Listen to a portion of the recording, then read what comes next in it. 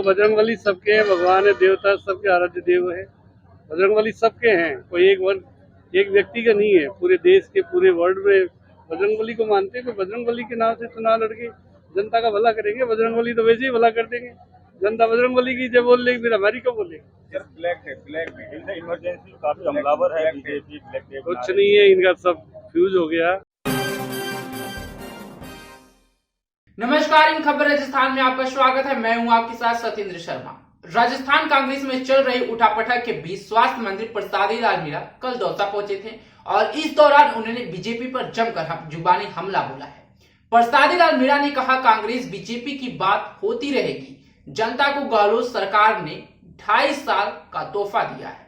मंत्री ने कहा, महंगाई राहत कैंप से लोगों को महंगाई से राहत मिली है। लोगों ने एक्सपेक्ट नहीं किया था कि लोगों के घर बैठे गंगा आई है, इसमें स्नान कर लेना चाहिए। बीजेपी ने 5 साल में कुछ नहीं किया है। गहलोत सरकार की तरफ महंगाई से राहत देनी चाहिए और गारंटी कार्ड जनता को देना चाहिए। राजस्थान में कर्नाटक से भी बीजेपी का बुरा हाल होने वाला है। गजेंद्र सिंह शेखावत के बजरंगबली को लेकर दिए गए बयान पर प्रसादी लाल मीणा ने कहा कि बजरंगबली सबके हैं। बजरंगबली के नाम पर चुनाव लड़ेंगे तो जनता भला कैसे करेंगे। बजरंगबली तो वैसे भी भला करते हैं।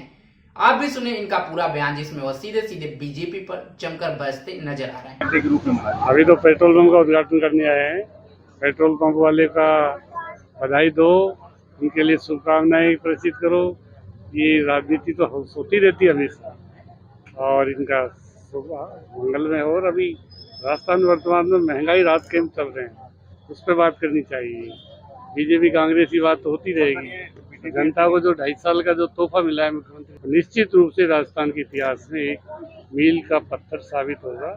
जनता को जो घर बैठे सुविधाएं मिली है, जैसे घर बैठे गंगा आ गई, वैसे स्नान करते हैं ना, लोगों ने उस तरह इसी महंगाई राहत कैंप को लिया है। 100% लोगों का रजिस्ट्रेशन हुआ, ये बहुत बड़ी बात है। जनता ने इसको एक्सेप्ट किया है। इसलिए महंगाई राहत कैंप की बात करो। बीजेपी कांग्रेस की तब यही बात होगी। बीजेपी के लिए छलावा है जनता के साथ ही महंगाई राहत कैंप। देखो, बीजेपी ने 5 साल राज कुछ नहीं किया, किसी को एक पैसे की राहत नहीं दी। ये बीजेपी वाले बताए केंद्र ने 10 साल में 9 साल में क्या किया। एक काम तो बताए, दे ना गारंटी। डीजल कम करे, पेट्रोल कम करे, गैस के दाम कम करे। हमने दाम करके बता दिया ना, 500 रुपये सिलेंडर दे रहे हैं।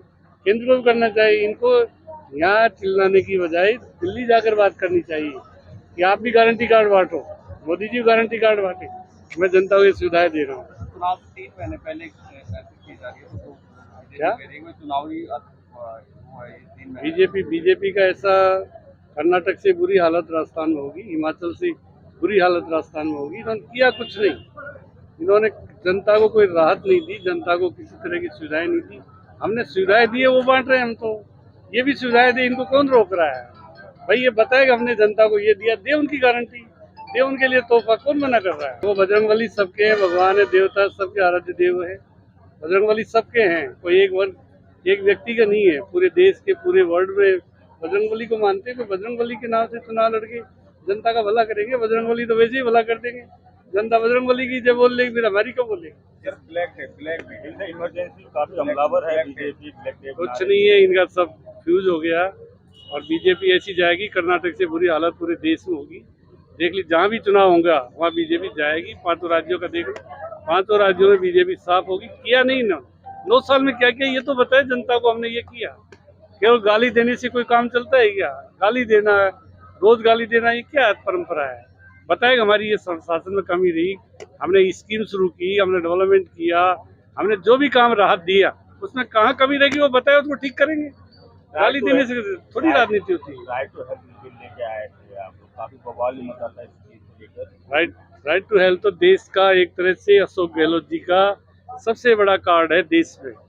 सारे मुख्यमंत्रियों को, सारी राज्य सरकारों को, जनता को अपना स्वास्थ्य का अधिकार देना ही पड़ेगा। नहीं देना पड़ेगा तो जैसे कर्नाटक में दुर्गति हुई, हिमाचल में हुई, वैसी दुर्गति होती ही चली जाएगी। जनता को अधिकार चाहिए। जैसे मनमोहन सिंह जी ने अधिकार दिए, खादी का अधिकार दिया, ये जो अधिकार दिया राइट टू हेल्थ, तो ऐसा है हमारा एक ब्रह्मास्त्र है जो पूरे देश में चलेगा। जैसे OPS पूरे देश में चल रहा है, वैसे हमारा ब्रह्मास्त्र है। ये अशोक गहलोत का ब्रह्मास्त्र पूरे देश में चलेगा।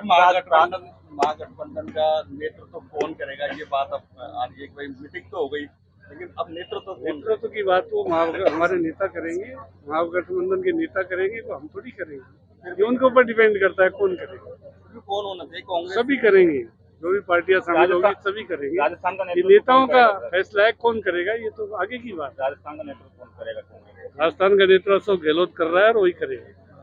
आरटीएस की बात की सर, लेकिन कुछ मूलभूत सुविधाएं ऐसी हैं जो डॉक्टर हैं इमरजेंसी में जो ऑटोमेटिक है। नहीं, हम सब जनता को कोई सुविधा नहीं हो, राइट टू हेल्थ दिया जनता से को उसका पूरा फायदा मिले।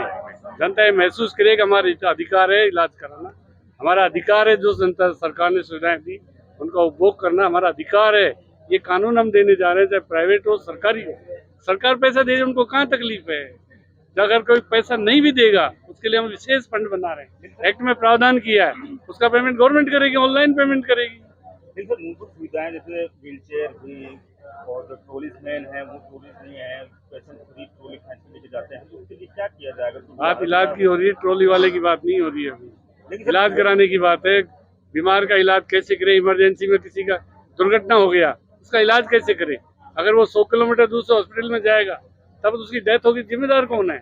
उसका तुरंत इलाज हो, जहाँ पर नजदीक हॉस्पिटल हो वहाँ पर इलाज हो। यही इसी को इमरजेंसी कहते हैं, उसमें करना ही करना पड़ेगा।